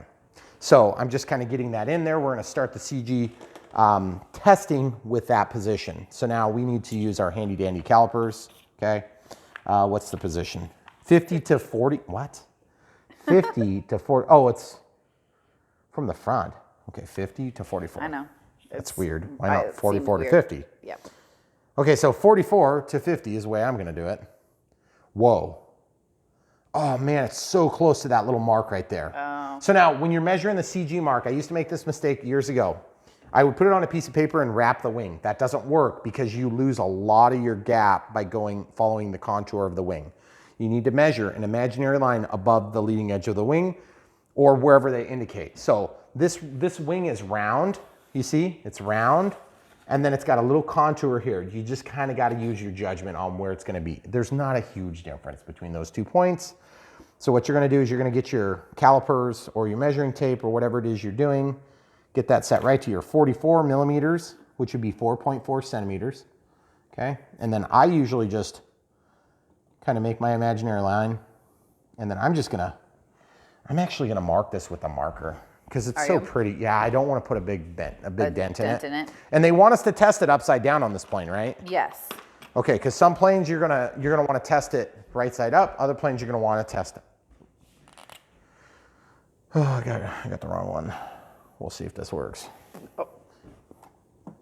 Okay, so I'm just eyeballing this, guys, but you got to get your hands out from the edge a little bit. So there's the first one, okay? And then I go right to 50 millimeters. You'll notice that's not a very big range. There's only 6 millimeters difference between the front and the back of the CG area. Oh. So now I'm just kind of eyeballing this, guys. I'm sorry. I know it's a little bit hard to see probably. Okay, so I made a little teeny dent. There you go. Okay, so that's a super small range. Oh my goodness. Look at that. I know. That's dinky. Only a 6 millimeter range is. Yeah, it's usually like 10 millimeters. It's usually like plus or minus 5 millimeters. Okay, so there's my 2 marks. Okay, same thing is going to be done over here. I'm at my 50 millimeter mark. I could actually use the calipers this way. It might work better. The plane stand's kind of getting in my way on this, so I'm going to turn it like this so it's just resting up on the edge. I'm going to come around behind you. Okay, so I'm at 50 millimeters here. I'm actually slipped on that, sorry. There we go. World's crappiest calipers. You can get these for $3.99. I hope you didn't pay $3.99 for this. I didn't pay $3.99 for them, sorry. Okay, so then I'm gonna go to 44. Now what is the center of gravity? Center of gravity is where everything wants to pivot on, like a hinge. Man, that is just like, that is, oh, dang it. What did I do to myself? 44 millimeters. I did something kind of dumb here, guys. I want to show you what I did and how I made a mistake. Okay. You see how I marked my front mark here in the middle between these 2 lines, and then I marked my back mark here. Over here, I marked the middle of this and then there. So I went back, and this one I went forward. Now, the marks are in the right place, but because this wing tapers back, I ended up going out to different spots. I was hoping to avoid that mistake. So anyway, it doesn't really make a big difference, but those marks are actually close. So we'll use them. To be honest with you, when I test the CG, I'll basically, ooh, you can't put that battery vertical like that. You got to put it flat. Oh. Yeah, if you're vertical, it's too big Too tall. too tall to get the canopy in there. So let's change that real quick. See how it's like this? You got to go the other way with it. So I'll just bring this out and then slide it back in. Which is another huge plus for the smart packs, is being smaller. They fit. Batteries are always so tricky. Yeah, some planes, especially EDF jets, if you guys haven't gotten into EDF jets yet, electric ducted fans, they are the worst for trying to get your batteries in. And some of the newest ones we've been working on have been really a lot better, but still, they're way worse than a Warbird in most cases. Okay. So then I'll just try to get this slipped in there. You just kind of grab the tray and slide it into these two rails, and then it slips back and then clicks. So obviously I have some slack on there so I can move it easily. And then as you can see, when we get ready to plug this in, hey, look at that. What's this? Oh, no. Oh, geez, I tripped. Away? Oh, man. Oh, wow, weird. Ah, dang it, I cut it off again. I hate when that happens. I know, it's really weird. So I'm just gonna remember when I plug that in that I could chop my fingers off, so I don't wanna do that. No, yeah, don't. Okay, so this is magnetically held down, and it's actually holding okay, but it kind of has a little bit of a gap. So make sure that you secure that by pushing it all the way down, okay? I don't know if you're gonna have that same issue I do. I wouldn't call it necessarily an issue, it's just a concern of mine. Okay, so we have everything in place now. So at this point, we kind of have to do the radio setup. So we get the gear to come out, then we'll go ahead and verify the CG. So we'll come back and we'll set up the radio setup next. All right, folks, so before we do the radio setup, we're gonna do one thing that we forgot to talk about, and that is the control horn on the elevator. My apologies for not bringing that up. I should have done it, but normally, okay, so there's a little O-ring on here. This needs to be twisted. Okay, so in the manual, they're gonna talk about what position they want that hole to be plugged. So we're gonna just show you that in the manual. So if you're looking through the manual, it says elevator is supposed to be in the outside most hole, okay? That's what they recommend, okay? So I'm gonna do that. A lot of times I want a little bit more elevator authority than Horizon calls for. Ooh, see how I started that already? But I don't quite have that square. Grab the tail end of that and spin it a little bit. Okay, there you go, now it's square. So now this servo may or may not be centered. I don't know if it is, then roll that down. That's nice, those O-rings are better than the gas tubes. Yeah.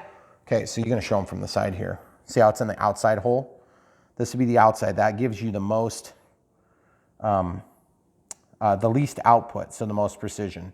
The middle hole is gonna give you incrementally less precision and more throw, meaning that it just moves more. And then the innermost hole is gonna move the surface the most.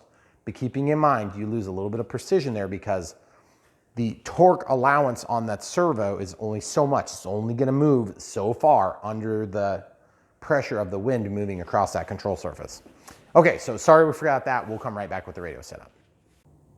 All right, guys, so we're gonna do the setup with an NX6, which is the bottom of the new line card, meaning this is like the cheapest one you can do in the NX line. You can still get the DXEs and the DX8, DX8E, DX6, DX6E if you want, but I would recommend that you seriously consider this because it's gonna be what they're moving to. And I've had really good luck with this. I would definitely recommend you considering this if you're in the market for radio. NX8, NX10, I haven't touched yet, but I do plan to end up with the NX10, if not the iX20. So that being said, we're gonna press and hold this button to wake up the controller. You'll notice we've got a color screen, which is really cool. We use this weird color scheme because it helps with saturation, or not saturation, but what am I trying to say? Filming. For filming. Tilt up just a little bit for glare. There you go. Okay, so we're gonna go to model select, scroll all the way down, add new model. You can create different model types here, okay, which is pretty cool. You can do bind and fly. This thing has Wi-Fi. You can download it from the website.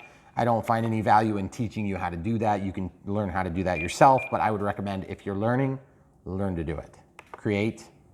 You click here, you scroll here. Okay, so now we're gonna just look at the model select. Whoops, it's an acro, number 9. Model type, remember we just selected that a second ago. If you were to change that now, it would clear all your settings on this, so be aware of that. Model type, or excuse me, model name. Now we're gonna type in the name. So in this case, I usually just flip to the front of the manual and I put in the full model number, which is gonna be the P-39, and we're gonna do that right now. Okay, so we're gonna scroll in. So you put the cursor where you want and then you can scroll through and it shows you where you are. Whoops. So you can even fill that in. And yes, you can change the numbers and stuff like that, okay. So we're gonna go over here to basically the P, and then we're gonna scroll over here, and then we'll basically not bore you with scrolling in the rest of it. So we'll come right back when it's done. Okay, so we have that set now, where it's basically got the name, so you can press the back button. Usually does a couple of weird beeps. Then we can go to aircraft type. So this is where you kind of open up your manual again. And I'm on page 4. It's got this whole setup. It tells you everything you need to know about setting it up.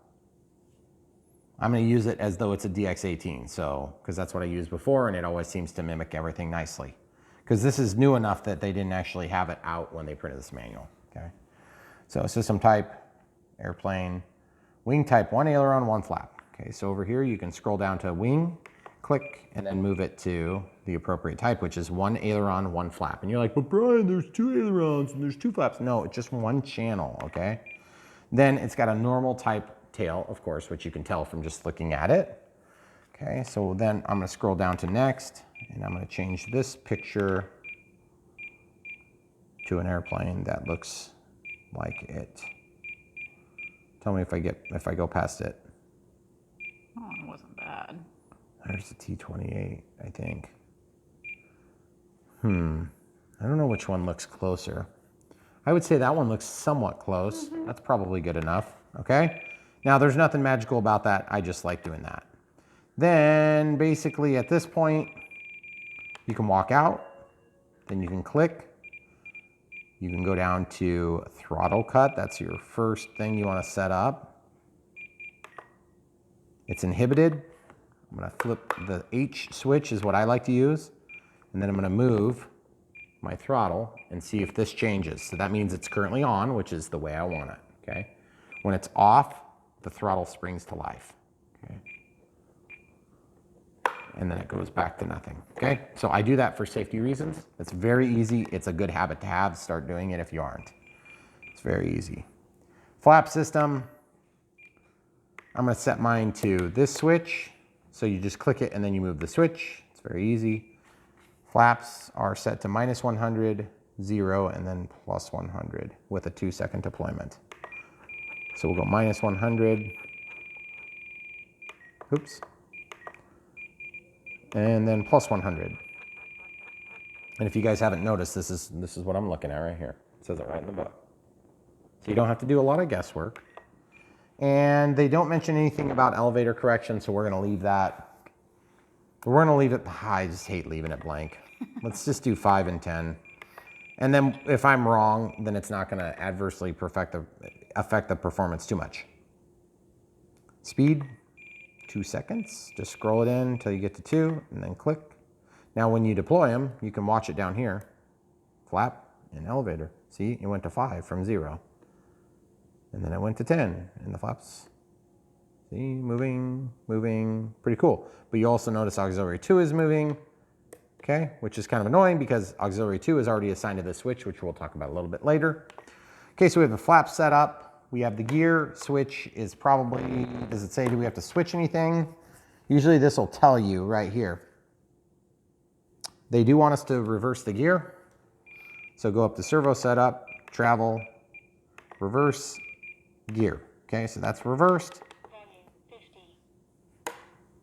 Okay, so one of those directions is going to be the right direction. I'm going to assign my safe select up here, which we'll go over later, but we kind of have to be bound for that to work.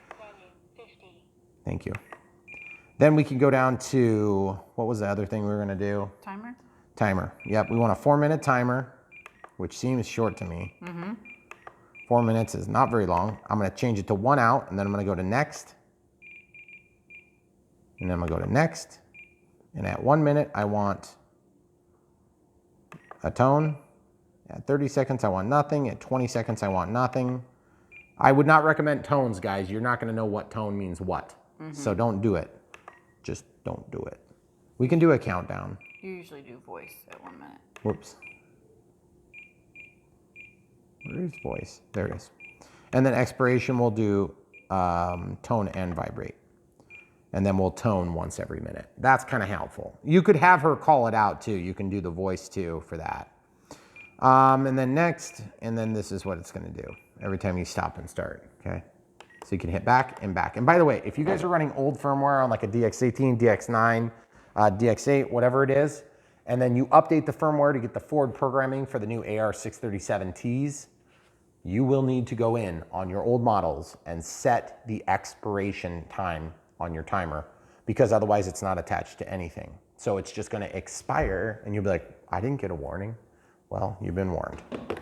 It's not probably a big deal on planes that you fly a lot or planes that have telemetry. So there should be some telemetry on this. I'm just not sure to what degree we're gonna have telemetry. So that being said, now we should bind. So binding, this is an AS3X equipped plane. It also has safe select, okay? Safe select means you can turn it on and off. You can bind to have safe, and then you can turn it off. Or you can bind to have only AS3X. If you know you're not gonna use safe, it's not a big deal. You don't have to bind that way. You bind like you always did. If you want safe select, you have to bind in a different procedure. I'm gonna show you the different procedure, and if you wanna do the other procedure, just do it like you've always done it, which is plug it in with the bind plug in the bind hole, and then plug in your pack, turn your transmitter back on. I'm gonna turn this off incidentally now. It does take a second to turn off, you'll notice. RF is still on, now it's off, okay? So everything's off here. This is what a bind plug is. It shorts the ground to signal, not power to signal, but ground to signal, okay? So ground to signal in this case. So let's just pop this canopy opened. Really easy to open this with that air intake on the top. I like that. Okay, then the bind plug is on this side, and Spectrum receivers are keyed, so it's easier to plug this in the correct way, but you don't have to. You see how it's shaped like a D? Okay, so I'm just gonna slide this in. Then I'm gonna energize it, and then I'm gonna pull it out before I go into binding procedure. That's how you do safe select. If you don't know how it's bound, plug it in, watch for the dance. The AS3X dance at the beginning. That's AS3X only. Twice is safe. Just because you have safe select active and available, it does not mean that it's on. Okay, I'll show you that later. Okay, so battery lead, there's a positive, which is red, and a negative, which is brown, black. And then over here, our orange is positive because that's just what they do for a branding thing. Okay, get your plane in a level configuration. Make sure that you have room for the gear to sweep out in the event that they are in the wrong or what you don't expect condition. There's a little bit of room here, so I think we should be okay if we do that. Also, it's a good idea to have some room for the prop to spin in case it does. Yep, we're safe on all three of the landing gear. Sometimes it doesn't work out, by the way, if you get a big enough plane. So this has a 40 amp ESC with BEC in it, which is kind of nice. Whoa, 40 amp BEC programmable. Oh, so it just says, I thought it was a 40 amp BEC. Okay, so I've got this mostly level, plugging it in, flashing lights. See the flashing lights? Flashing. Now I'm gonna unplug this, okay? You wanna go over there? I'm gonna put this here. Now, I'm gonna bind this with the ability to protect myself from the prop if it starts. Throttle cut is on, throttle stick is down. Flaps are in the condition I want them. Gear are wherever, I don't know which direction they're gonna work. And then my expo switch is where I want it, okay? So I'm gonna hold this while powering, and I'm gonna put my arm down in case this thing turns on, which I've never to date had it happen in my life. DSMX 22 milliseconds, so you can let go. Bind is complete. Doo, doo, doo. Twice. So we have safe select on, more than likely right now. Throttle cut's on. The first thing we're gonna do is we're gonna pick this up and get the gear to cycle, and then we're gonna test the throttle. Gear sequenced up, sequenced down. Awesome. You see why we have to test it with the wheels down? Why do we have to test it with the wheels down, camera crew? Because that nose gear is heavy and it's gonna go forward. Yep, it's gonna change your CG. Yeah. Okay, so the throttle's obviously not turned on. My throttle cut is currently active, and I'm gonna move the throttle stick forward, and nothing happened. That's exactly what we wanted to happen. It did start my timer, of course. So now we can move that out of the way for the moment. I'm gonna go ahead and throw this lid on for the canopy. That is so sweet looking.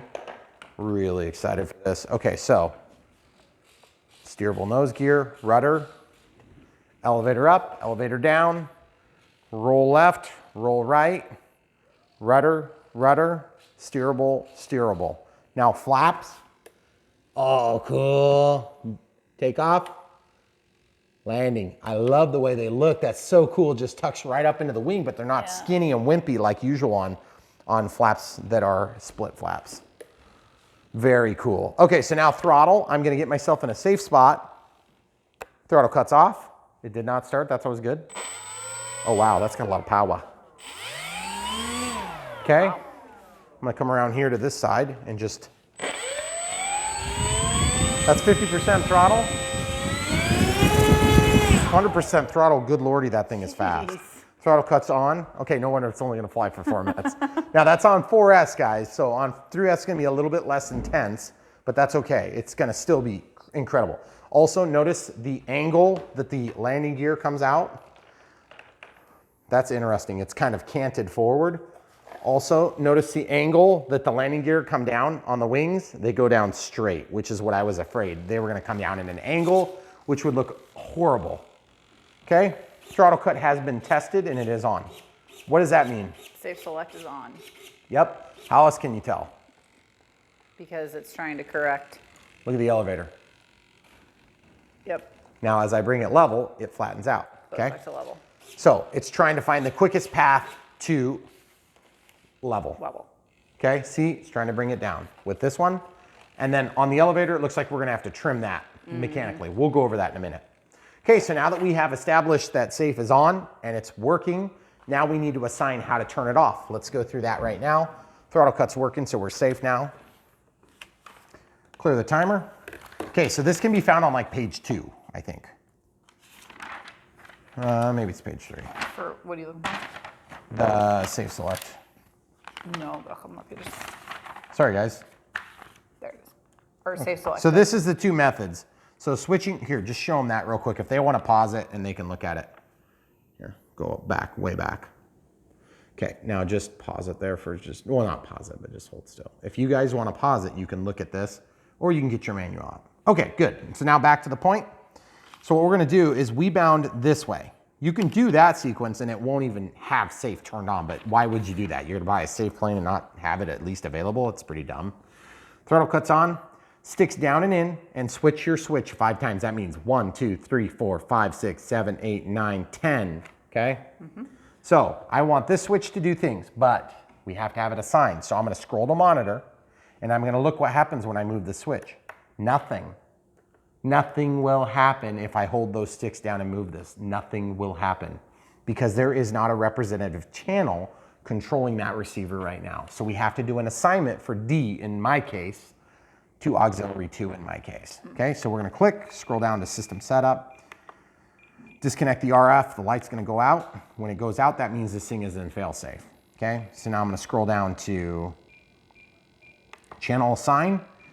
Do not mess with auxiliary 1 right now. Okay, why would you not mess with that? Because there's a glitch. There's a in the glitch software. still. It's gonna get fixed, but it's not fixed yet that I know of, okay? So you see aux2 is set to B. I wanna just click that and move D. Look, it's set to D now. Now watch this, we're gonna walk back out. You notice the ailerons come back alive. Everything is happy. And what we're gonna do is we're gonna scroll over once and you'll see the monitor mode. Now watch this, watch auxiliary 2. See, it's moving. So now I can teach safe how to work. Throttle cuts on, everything's tested. This is throttle stick. That's why we check for throttle cut before we move sticks around, okay? Sticks are down and in. 1, 2, 3, 4, 5, 6, 7, 8, 9, 10. See the dance? And dance back. Let go, it's done. So safe is either on or off. I want this to be safe off. I want this to be safe on. How do we tell? First of all, test throttle, it's good. We take the plane, we flip it upside down. I can already tell it's on. Nope. So this is safe on. Okay. I want the switch to be the other way around. So how do we fix that? Okay, so I want this to be the condition that's here. How do we do that? We click, we go to servo setup, we go to travel, click and then scroll over to reverse, and then we go to auxiliary 2 and we reverse it. Boom. Now, this is AS3X, this is safe select. That's the way I want it. Set your models up to operate on the same switches the same way as much as you can. You'll thank me later, especially when you're learning. Now, when you get into more advanced planes, that's not always possible because you're gonna have different features on different planes. But even better, make those ones work the same way on the same switches that you always use. Your primary flight control surfaces should always be the same. If you're doing flight mode, if you're flying on mode 2, fly on mode 2. If you're flying on mode 3, fly on mode 3. Mode 4, whatever. Just do it the same all the time, because, you know, don't overwork your brain any more than you have to. Okay, so look at this, guys. Okay, so everything is ready. We have AS3X, because I've already given throttle once. Safe is off. I get out of control. Safe is on. It finds level. Maybe not that quick, but it'll find level. Okay, so now that we have all that done, we're ready to basically check the CG. We want to check with gear down, throttle cuts on, throttle stick is down. And what we're going to do is sometimes when you're all done setting everything up, you may want to go in and rebind the plane just to make sure your fail safes are where you want them. Typically with a safe select plane, I want fail safe to be active with safe deployed, meaning it's on.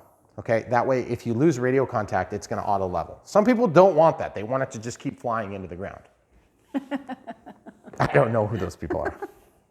Okay, so we've got our dots here and our dots there. Okay, so I'm just going to put my finger, the pad of my middle finger, on each of these sides, and I'm going to look if it balances out. That's a little bit tail heavy right now. So what I need to do is I need to push this battery forward a little bit. So pretty easy stuff. I'm literally just going to slide it forward just a hair. That feels like it's all the way forward there.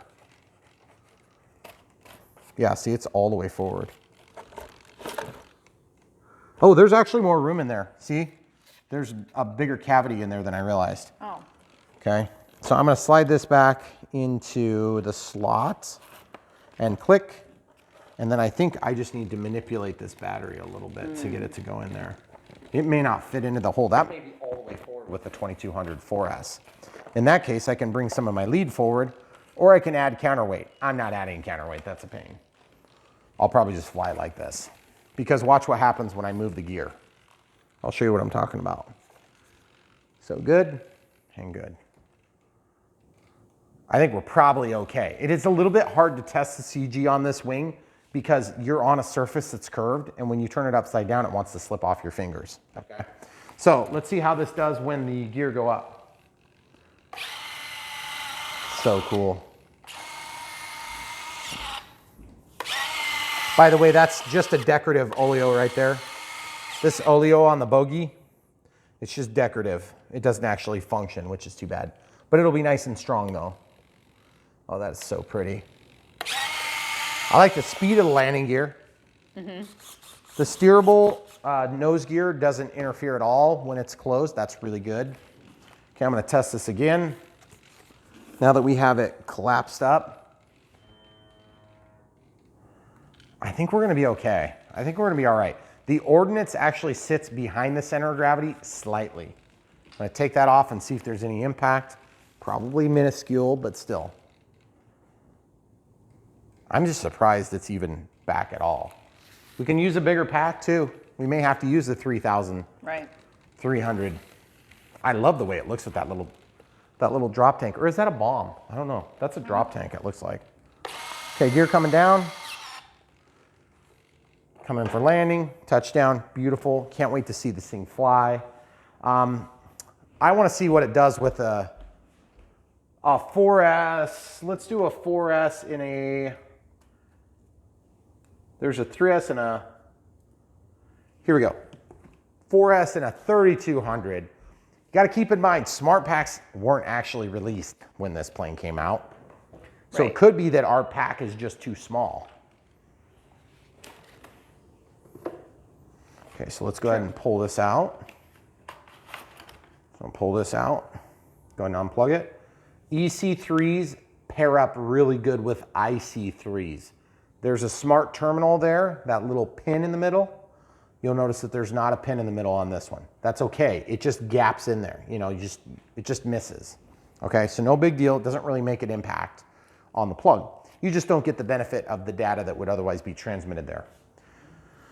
Okay, so we're going to slide this in a significantly bigger pack, but I think it's probably going to be a perfect size for CG. So sometimes you just got to fly them with bigger packs. Like, is that a problem? No. I just assume, by the way, make up your CG with the battery. Why would you make up a CG with dead weight. Here's why. Because you can use less of it, thus having an all-up weight that's lower. Okay, that would be one reason why people would do that. Okay, you'll notice that that's too wide because the strap is engaging the sides. See, the strap is bulged on either side so it won't click in there. There's kind of a trick to getting that in there, and I have not learned it on this plane yet, but sometimes you gotta finagle this strap a little bit to try to get it back and forth. And then it'll let you slide it in. The other thing you can do, see, I got it in there now, but it's gonna wanna fight me as I push it in. It is not a wide I'm just gonna slide it in. tray. Okay, we'll just try it. Nothing to lose, right? We had the same problem on another plane. I can't remember which one it was now though. Canopy goes on fine. By the way, when that thing's initiating is a good time to not be moving it around because safe is finding its home and level position. It's actually comparing the programmed position from when it was initiated to where it is in spatial reality, okay? So it's not actually finding its home position. The first generation of safe did that, okay? You'll notice it's doing nothing. But safe works all the time. AS3X is not active because I haven't given it throttle. Throttle has to be over 25% for AS3X to actuate the surfaces. So now we're gonna check CG. All right, we've got there, we've got there. It's kind of on that little rib. That feels a lot better, guys. Look at that. Looks better. It's a lot better. Yeah. I would say we're flying this baby on 4S 3200. We might have to go up to 4000 for a 3S though, because the 3S is gonna need to be heavier. Otherwise we're gonna have issues with CG. Now, I also wanna show you this. You see this, the tray? It's not all the way in, okay? See that? Not all the way in. It's just barely in there. We could barely get penetration in to even get the thing to click, which is really not a huge issue. I had that happen on another plane and I just cannot remember for the life of me which one it is. We had the exact same problem happen. Really? Yes. Recently? Yes, fairly recently, like in the last 6 months. Wow. Yeah, I know, we've only reviewed like 30 planes. So I'm gonna take it out all together and just see how it fits without. I'm just gonna slide it in dirty. Oh, that fits really nice, actually. It does, It's like actually. almost a perfect Yeah. fit. And you know what? I think it went in further. It might have. I'll just let it initiate here. So in this case, if you're using an older or a non-smart pack, this tray is gonna work really good. But you're still gonna probably be able to get away with bigger than 2200. So there's nothing wrong with having a bigger pack if that's what it takes to get your CG right. You will have an all-up weight that's higher. But if you have to have weight to get the thing to CG out, then who cares? Oh yeah. That's perfectamundo. I'm liking it. That's perfect. Okay, cool. Really excited about that. Okay, so now we need to fix one other thing here. This would have been typically part of the build series, but we just, honestly, I just noticed it. So, in looking at the elevator, my trims are obviously centered here, okay? So we also have to set up expo, so we'll do that right now. Show them from the side on that elevator. Do you see how it's pointed up slightly? You're gonna have to get lower than that or they're not gonna be able to see. See how it's pointed up? Can you come around to my perspective here? I wanna try something. Can you guys see how that's pointed up? You want this surface to be level, okay? So my camera crew is gonna watch me struggle with this slightly because it's awkward to show this, but it's really not hard at all to do. So I'm gonna put it back on the plane stand so you guys get a better view. I hear something rattling. I swear there's something loose somewhere. You hear that? Yeah. Is that in the spinner? Do you hear that? I do. What the heck is that? That's so weird. Oh, hold on, there it is. Look, it's in there now. Watch this. I'm gonna spin this and it might fall right out. You hear that? Yep. I see it. It's wanting to fall out right now. There it is. What was that? What was it? It's a little piece of plastic. See that? You know what that is? It's one of the tabs from the tray when we were forcing that thing in. Okay, well, that would have been bad having that in there when it's spinning around at like 4 trillion miles per hour. Did I miss my antenna? I did. You did. Okay, so if you want to show them from over here, all we're doing is releasing this, okay? So we'll just move this back, the little O-ring, it just rolls back. Then just with a fingernail, you can pop that off. And then you can take note of how much you need to correct, okay? So I know I need to correct so much, so I want to bring it in a little bit. So I'm going to just spin this 1/2, 1, 1.5, 2. That's probably about right, but let's try it. So I'm going to snap this back in to the bottom one. Nope, not enough. Just did a quick check. We're going to go another 1/2 and another 1/2. That's a total of 3 turns in. Remember, you don't want safe on when you're doing this because it's going to want to fight you. Nope. It needs to go another 1/2 again at least.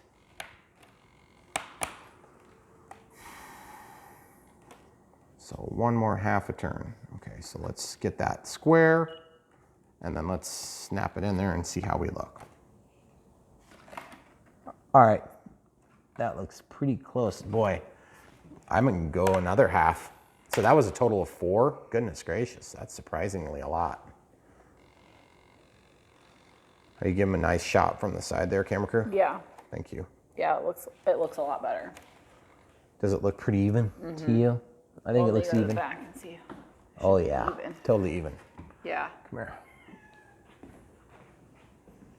Oh yeah, that's really good now. So yes, you do need to double check on stuff like this. Sometimes the drawings will indicate that they want to have a certain amount of up or down, particularly on EDF jets. We've noticed that there's a few that specifically have called out, you know, like 3 millimeters from the tip or whatever. And it's usually just a weird thing. So they will indicate it. Otherwise they want them all square. And the same is true here. And the same is true on the ailerons.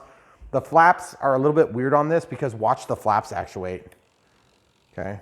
So they come down, but you'll notice that this is not super clean with the shape there. See that? Mm-hmm. That's just a little bit. Is it just the thickness of it that?